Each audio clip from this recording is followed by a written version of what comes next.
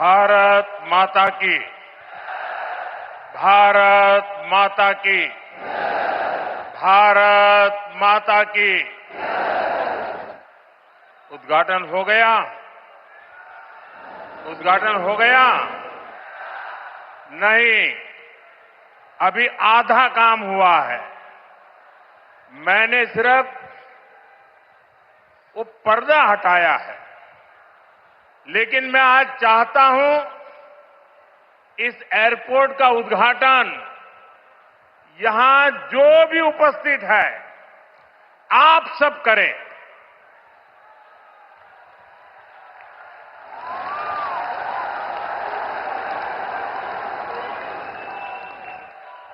और इसलिए आप अपना मोबाइल फोन निकालिए, अपने मोबाइल फोन का फ्लैश लाइट कीजिए और आप इसका उद्घाटन कर रहे हैं।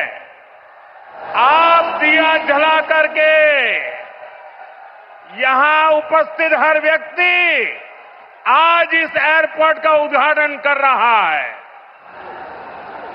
ये आपकी अमानत है, ये आपका भविष्य है, ये आपका पुरुषार्थ है और इसलिए उसका उद्घाटन भी आपके हाथों से हो रहा है। आप अपने भारत माता की जय बोल करके हाथ ऊपर करके फ्लैश लाइट पूरी तरह से दिखाइए। भारत माता की, भारत माता की, भारत माता की। बहुत बहुत धन्यवाद। अब उद्घाटन हो गया।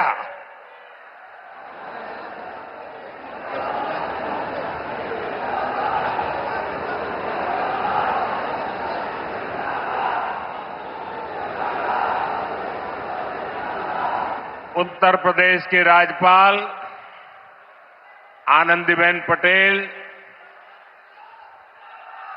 यहां के मुख्यमंत्री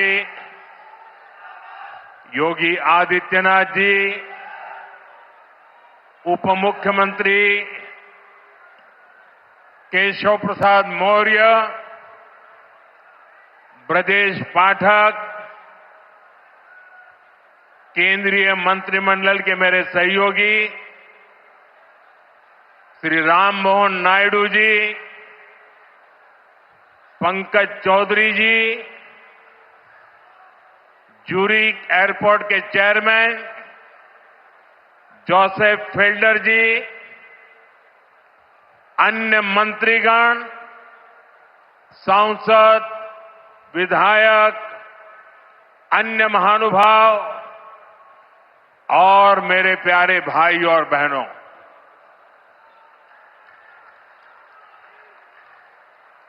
मैं देख रहा हूं आज जहां भी मेरी नजर पड़ रही है सारे युवा मुझे नजर आ रहे हैं।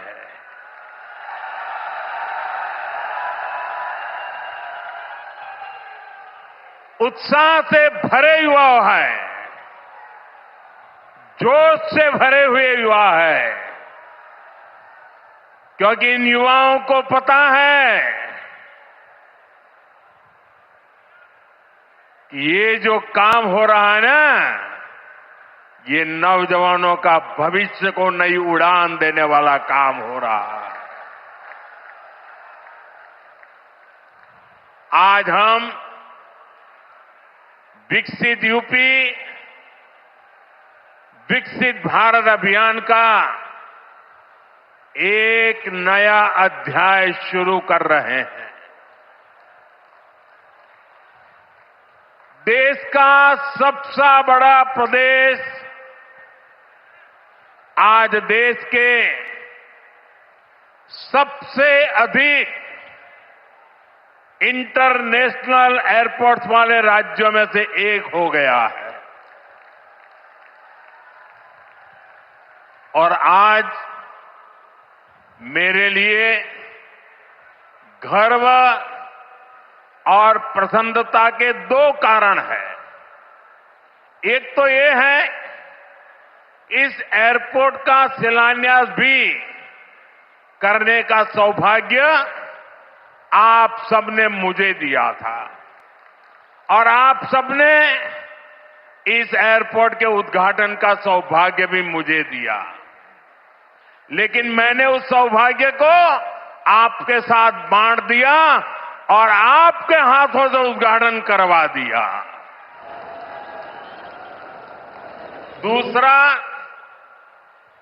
जिस उत्तर प्रदेश ने मुझे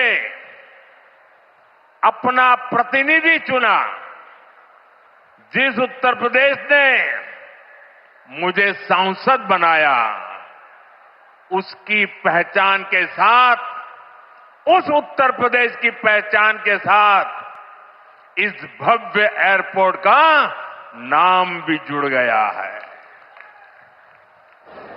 साथियों, नोएडा का ये एयरपोर्ट आगरा, मथुरा, अलीगढ़, गाजियाबाद, मेरठ, इटावा, बुलंदशहर, फरीदाबाद, इस पूरे क्षेत्र को बहुत बड़ा लाभ होने वाला है।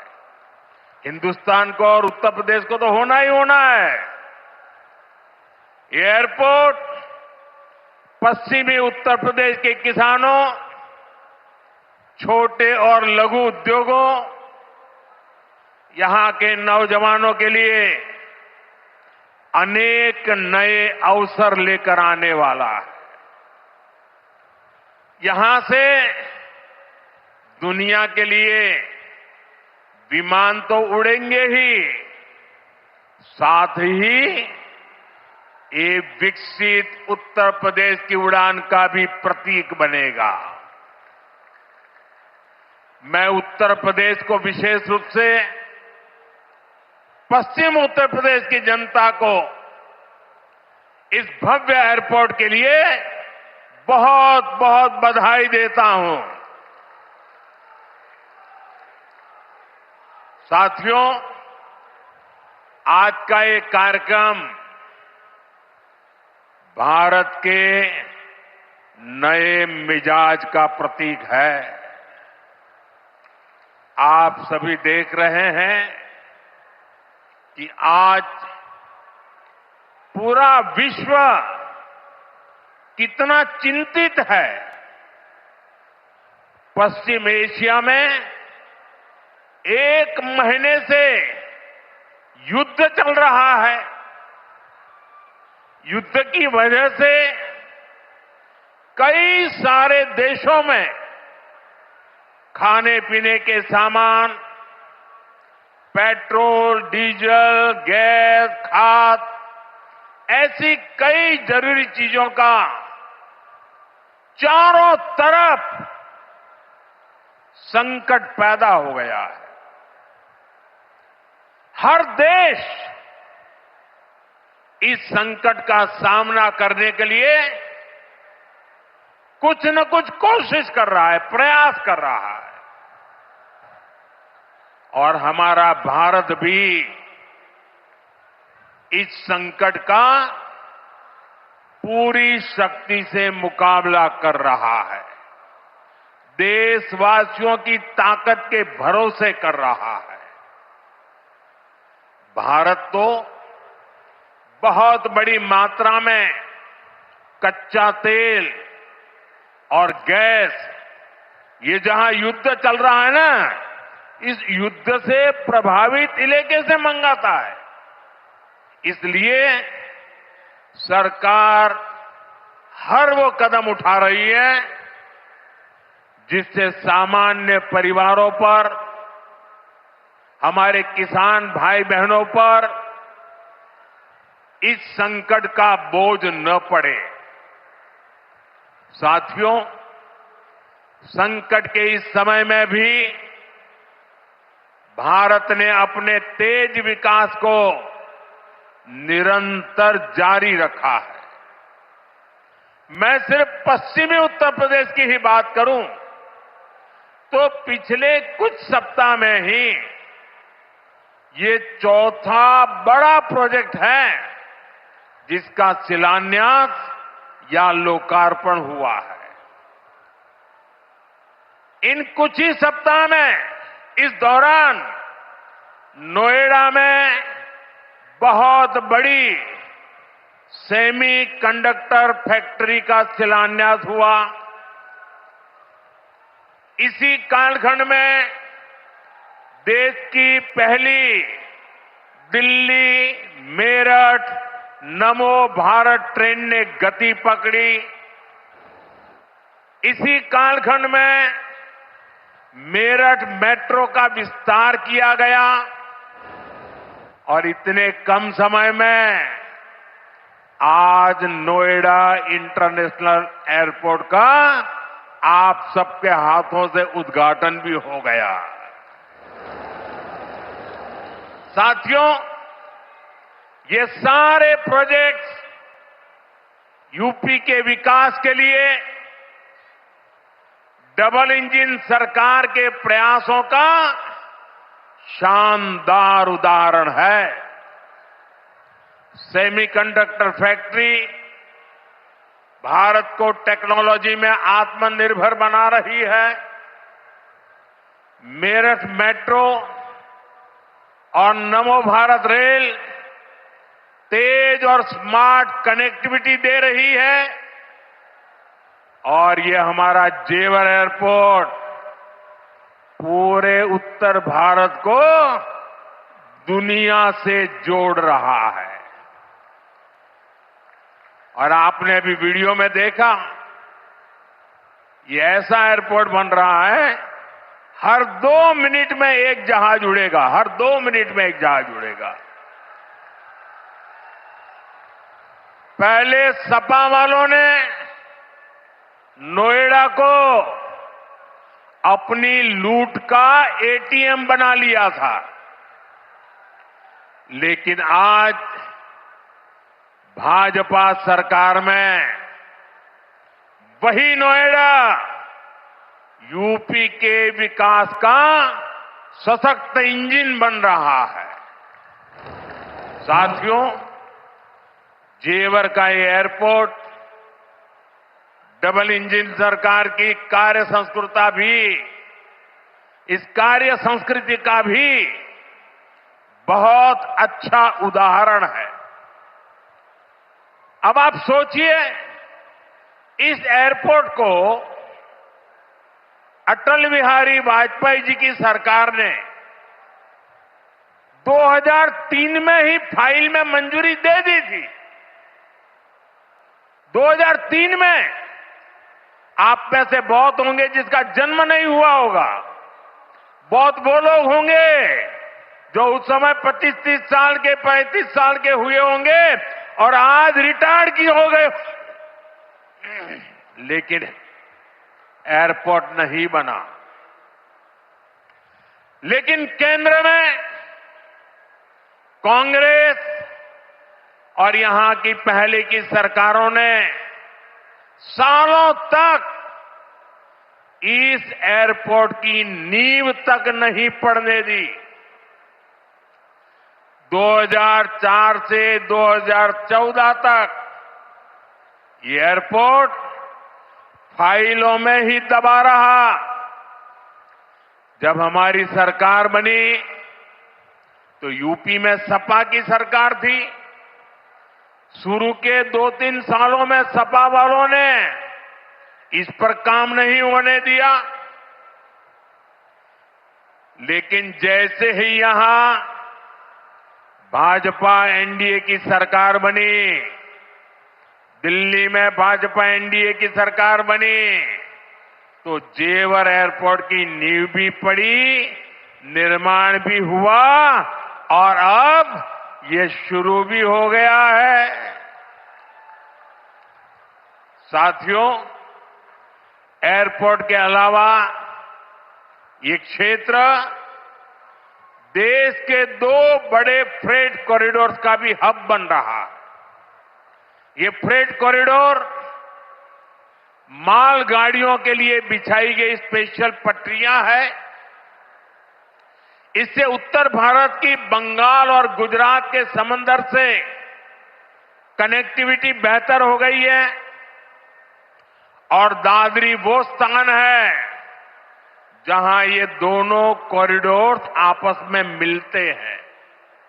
यानी यहां किसान जो उगाते हैं, यहां उद्योग जो कुछ बनाते हैं, वो जमीन से, हवाई मार्ग से दुनिया के कोने कोने तक तेजी से जा पाएगा।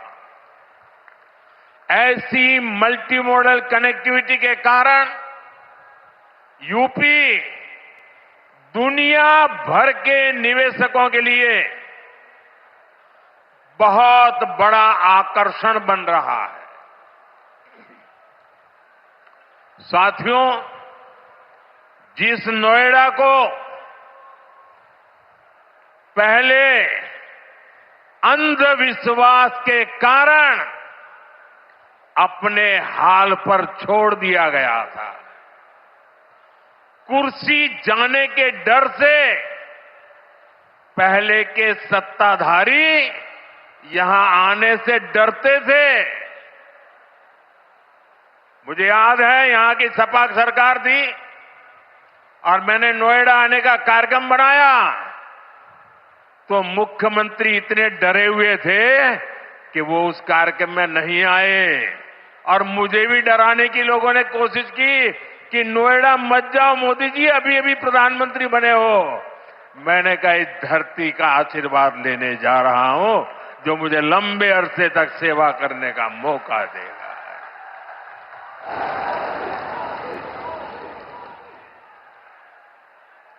अब वही इलाका पूरी दुनिया का स्वागत करने के लिए तैयार है। ये पूरा क्षेत्र आत्मनिर्भर भारत के संकल्प को सशक्त कर रहा है। साथियों, इस क्षेत्र की अर्थव्यवस्था में खेती किसानी का बहुत महत्व है। मैं आज उन मेरे किसान भाई बहनों का विशेष रूप से आभार व्यक्त करता हूं जिन्होंने इस प्रोजेक्ट को साकार करने के लिए अपनी जमीनें दी हैं। उन किसानों के लिए जोरदार तालियां बजाइए दोस्तों। मेरे किसान भाई बहनों के लिए जोरदार ताली बजाइए। मेरे किसान भाई बहन, आपके इस योगदान से ही इस पूरे क्षेत्र में विकास का एक नया दौर शुरू होने जा रहा है। आधुनिक कनेक्टिविटी का जो विस्तार यहां हो रहा है उससे पश्चिमी यूपी में फूड प्रोसेसिंग की संभावनाओं को और बल मिलेगा। अब यहां के कृषि उत्पाद दुनिया के बाजारों में और बेहतर तरीके से जा पाएंगे। साथियों, यहां मैं अपने किसान साथियों का एक और बात के लिए भी आभार व्यक्त करना चाहता हूं। आपके गन्ने से जो इथेनॉल बनाया गया है उससे कच्चे तेल पर देश की निर्भरता कम हुई है।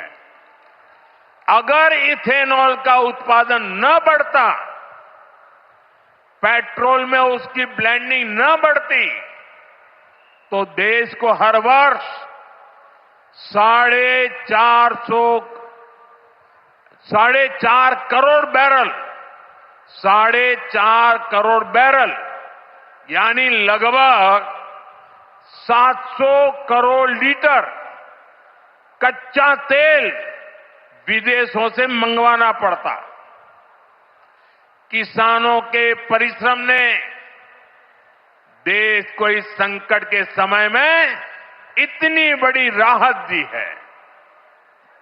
साथियों,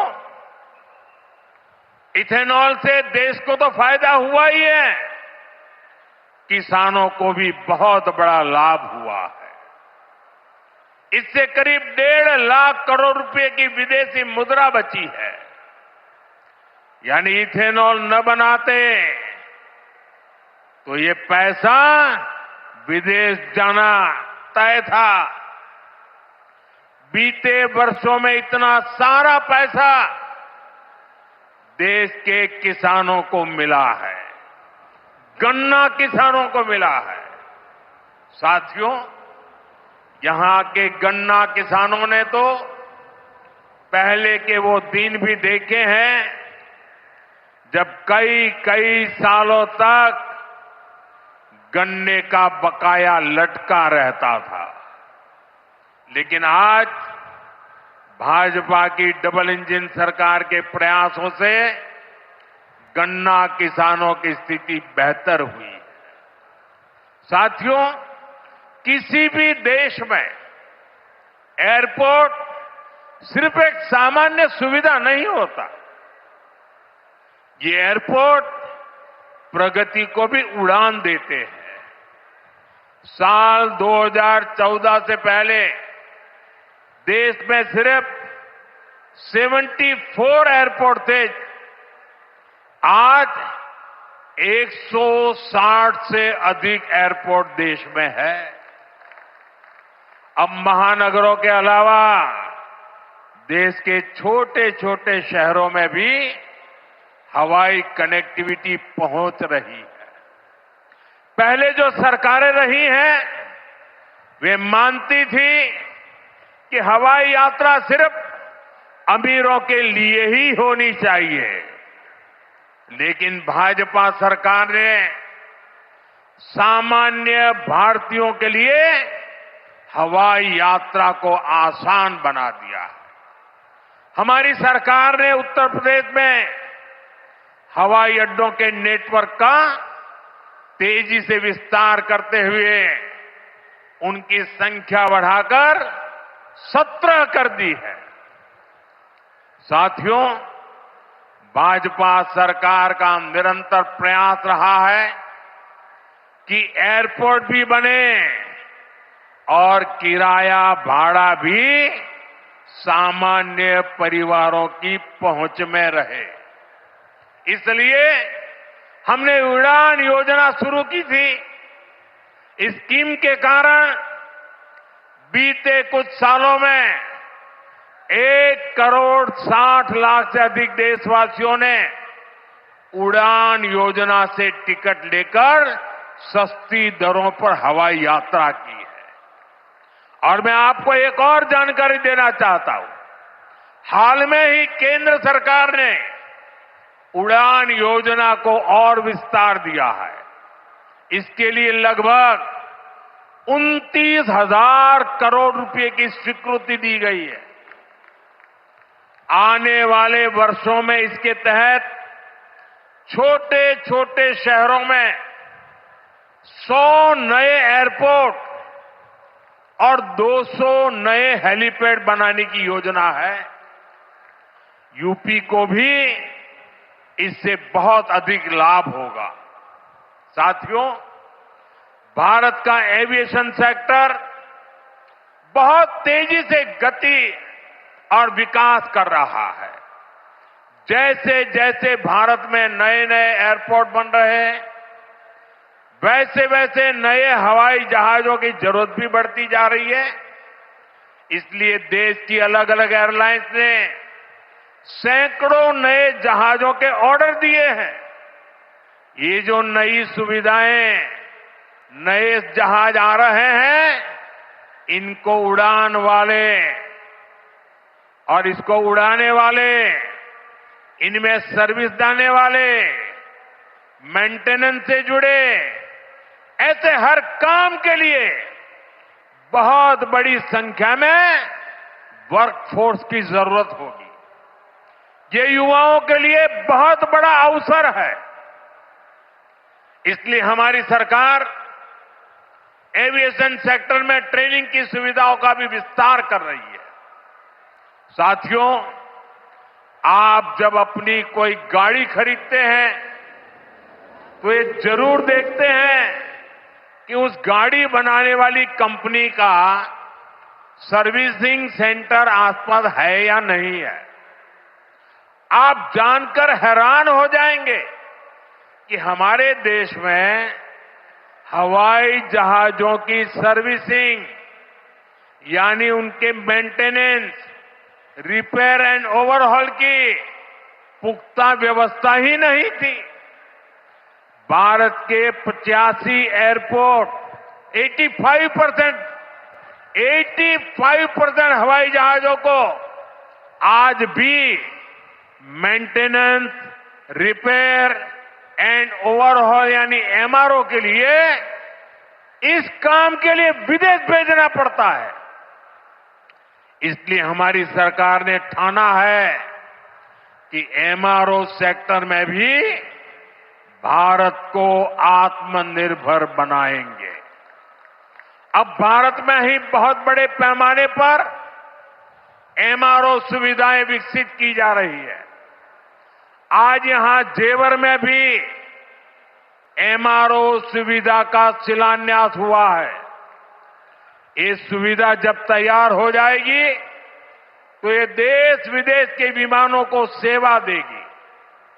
इससे देश को कमाई भी होगी, हमारा पैसा भी देश में ही रहेगा और युवाओं को अनेक रोजगार भी मिलेंगे। साथियों, आज हमारी सरकार की प्राथमिकता देश के नागरिकों की सुविधा है। देश के नागरिक का समय बचे और उसकी जेब पर ज्यादा बोझ भी न पड़े, ये हमारा लक्ष्य है। मेट्रो और वंदे भारत जैसी आधुनिक रेल सेवाओं का इसी भाव से ही विस्तार किया जा रहा है। दिल्ली मेरठ नमो भारत रेल, इसका कितना फायदा हो रहा है ये भी हम सब देख रहे हैं। अभी तक नमो भारत 2.5 करोड़ से अधिक लोग सफर कर चुके हैं।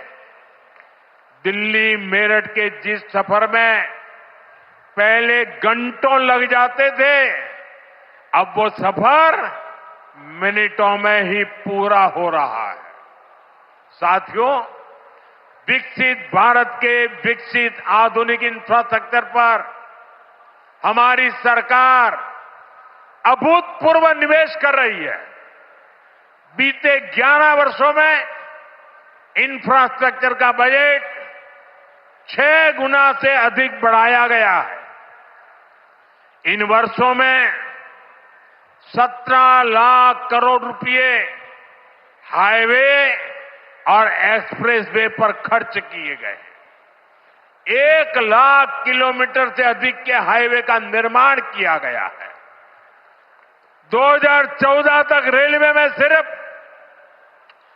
20,000 किलोमीटर रूट का बिजलीकरण हुआ था, जबकि 2014 के बाद से 40,000 किलोमीटर से ज्यादा रेलवे ट्रैक का बिजलीकरण किया गया है।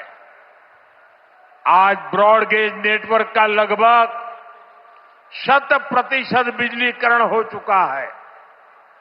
आज कश्मीर घाटी हो या नॉर्थ ईस्ट की राजधानियां, ये पहली बार रेल नेटवर्क से जुड़ रही है।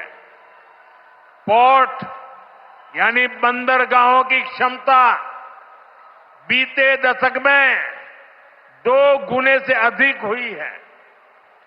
देश में नदी जलमार्गों की संख्या भी लगातार बढ़ रही है। विकसित भारत के निर्माण के लिए जरूरी हर क्षेत्र में भारत तेजी से काम कर रहा है। साथियों, विकसित भारत बनाने के लिए सबका प्रयास बहुत जरूरी है। ये आवश्यक है कि 140 करोड़ देशवासी कड़े से कड़ा परिश्रम करें और वैश्विक संकटों का एकजुट होकर सामना करें। अभी जो युद्ध चल रहा है, इससे पैदा हुए संकट का सामना कैसे करना है, इसके बारे में मैंने संसद में भी विस्तार से बताया है। मेरी कल देश के सभी मुख्यमंत्रियों से भी लंबी चर्चा हुई है और बड़ी सकारात्मक चर्चा हुई है। मैं आज आप सभी जनता जनार्दन से फिर कहूंगा, मैं देशवासियों से फिर से कहूंगा, हमें शांत मन से, धैर्य के साथ, एकजुटता के साथ, मिलजुल करके इस संकट का सामना करना है। ये पूरे विश्व में परेशानी पैदा करने वाला संकट है। हमें अपने देश की सबसे ज्यादा चिंता करने है और यही हम भारतीयों की सबसे बड़ी ताकत है। मैं यूपी के, देश के सभी राजनीतिक दलों से भी आग्रहपूर्वक कहना चाहता हूं, विनती पूर्वक कहना चाहता हूं, इस प्रकार के संकट में ऐसी बातें करने से बचें जो देश के लिए नुकसानदायक है, जो भारतीयों के हक में है, जो भारत के हित में है, वही भारत सरकार की नीति और रणनीति है। राजनीति के लिए गलत बयानबाजी करने वाले राजनीतिक बहस में तो कुछ नंबर पा लेंगे, लेकिन देश को नुकसान पहुंचाने वाली हरकतों को देश की जनता कभी माफ नहीं करती। कोरोना के महासंकट के दौरान भी कुछ लोगों ने अफवाहें फैलाई, वैक्सीन को लेकर झूठ बोले ताकि सरकार का काम मुश्किल हो, देश को नुकसान हो। परिणाम क्या हुआ? जनता ने चुनावों के दौरान ऐसी राजनीति को नकार दिया, ठुकरा दिया। मुझे पूरा भरोसा है कि देश के सभी राजनीतिक दल भी इससे सबक सीखेंगे और देश के एकजुट प्रयासों को वो बल देंगे, ताकत देंगे। इसी आग्रह के साथ एक बार फिर से उत्तर प्रदेश को इस शानदार एयरपोर्ट के लिए बहुत बहुत शुभकामनाएं। मेरे साथ बोलिए, भारत माता की वंदे वंदे वंदे वंदे वंदे वंदे वंदे वंदे वंदे। बहुत बहुत धन्यवाद।